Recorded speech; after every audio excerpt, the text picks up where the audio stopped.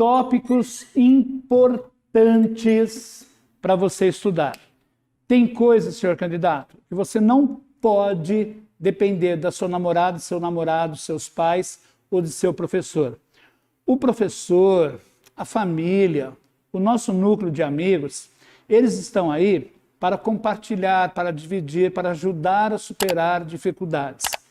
Mas você precisa, no momento em que está estudando, você precisa identificar o que pesa mais e o que pesa menos na sua aprendizagem. Mas você também precisa conhecer a banca para a qual você está estudando. Cada banca tem uma linguagem própria. Bom, especificamente em português. As provas de português são absolutamente iguais em todas as bancas. O que Cursinho faz é vender um curso mais caro ou mais barato, tentando provar para você que a banca X é mais difícil que a banca Y. Isso é mentira. O que acontece é que você está no processo de estudo. E se você tem um foco de estudo, você precisa saber com o que está lidando. Então, por exemplo, vai estudar VUNESP, você, quando se acostuma, você pega uma prova da VUNESP sem o título, você fala, isso aqui é VUNESP. Você pega uma prova do CESP e fala, isso aqui é CESP. Você precisa se acostumar à linguagem. Tão importante quanto conhecer o conteúdo é saber compreender o que está sendo perguntado. Como assim, Farid? Então, por exemplo, a VUNESP, que é uma prova muito redondinha, muito bonitinha, a VUNESP é uma mãezona, se você quer saber. A VUNESP é uma mãezona. É uma prova excelente, é uma prova que tem melhorado o seu nível, mas ela mantém o seu padrão de perguntas. Então, por exemplo, ela quer saber uma questão em que o sujeito e o verbo estão de acordo. Quando o sujeito e o verbo estão de acordo, ele tem, eu escrevo tem sem acento, ou eles têm no plural, eu ponho acento circunflexo no plural. Isso é fazer concordância verbal. E a VUNESP é muito boa nisso. Ela coloca no enunciado, marca alternativa em que a concordância verbal esteja correta. Tá bom? Agora, o que todo candidato precisa saber é que em toda frase que tem um verbo, toda frase que tem um verbo, não esqueça disso, é a base do seu estudo. Toda frase que tem um verbo possui um sujeito. Esse sujeito pode ser determinado, que é o simples, o composto, aquele oculto. Ele pode ser indeterminado, é um sujeito que existe, mas eu não sei quem é. E existe o sujeito inexistente, que ocorre com um grupo de verbos chamados de verbos impessoais. Quais são os 3 blocos de sujeito? Determinado, indeterminado e inexistente. Você sempre primeiro precisa encontrar o sujeito desse verbo.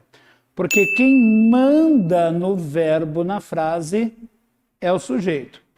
Veja, eu continuo falando de concordância verbal, sujeito e verbo. Você pega uma frase, uma questão da VUNESP, marca a alternativa em que a concordância verbal esteja correta. Mas você pega uma prova da Carlos Chagas, a Carlos Chagas vai elaborar o mesmo tipo de assunto, mas de um jeito diferente.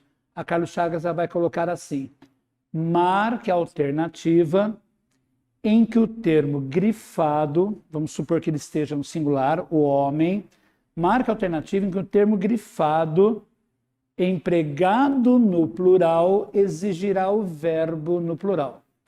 Qual é o único termo da frase que exige que o verbo vá para o singular ou plural?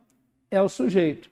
Então, a resposta a esta pergunta vai ser aquela em que eu estarei colocando o sujeito no plural.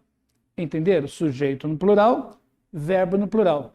É o mesmo assunto, concordância verbal, mas é um assunto perguntado de uma maneira diferente. Tá bom? Quais são os tópicos importantes, então, que você precisa estudar para fazer bem uma prova? Português, menos que 80%, você fica que nem certos times aí que pensam que é da Série A, mas de verdade é da Série D, parece time da Série D. É aquele time que para chegar na final fica dependendo do resultado dos outros. Você não pode ficar dependendo do resultado dos outros. Você tem que depender do seu resultado. A matéria mais importante de concurso, sinto muito, é português, tá bom? Não raro é a maior prova, é a que apresenta mais questões, claro que existem exceções, e é a prova de desempate. Quando você precisa do desempate por matérias, a primeira é português. 80% de português, que parece uma coisa do outro mundo, não é não. É uma nota média alta, excelente e fácil de ser atingida. Eu imagino na minha cabeça que estudar para 100% é um sofrimento, principalmente para quem está começando. O cara começa a estudar, a pessoa começa a estudar, ela já começa a estudar querendo gabaritar, ela fica irritada porque não acerta. Calma, estudar é um processo, estudar é uma rotina. Você escova o dente todo dia, toma banho todo dia, almoça, janta e estuda. E olha, estuda 10, 15 minutos. Se você não gosta de estudar, mas concurseiro precisa estudar, estude 10 minutos, 15 minutos. Mas estude, não perca a oportunidade de estudar. Estudar o quê, minha Luz Farid? Alguns alunos me chamam de Luz, não sei porquê. Estudar o quê? Você vai estudar conjugação verbal, saber grafar corretamente um verbo, se é com E, se é com I, se termina com ão, se termina com M. Precisa estudar verbo. E verbo é fácil, viu? É diferente chamar um assunto difícil de um assunto chato.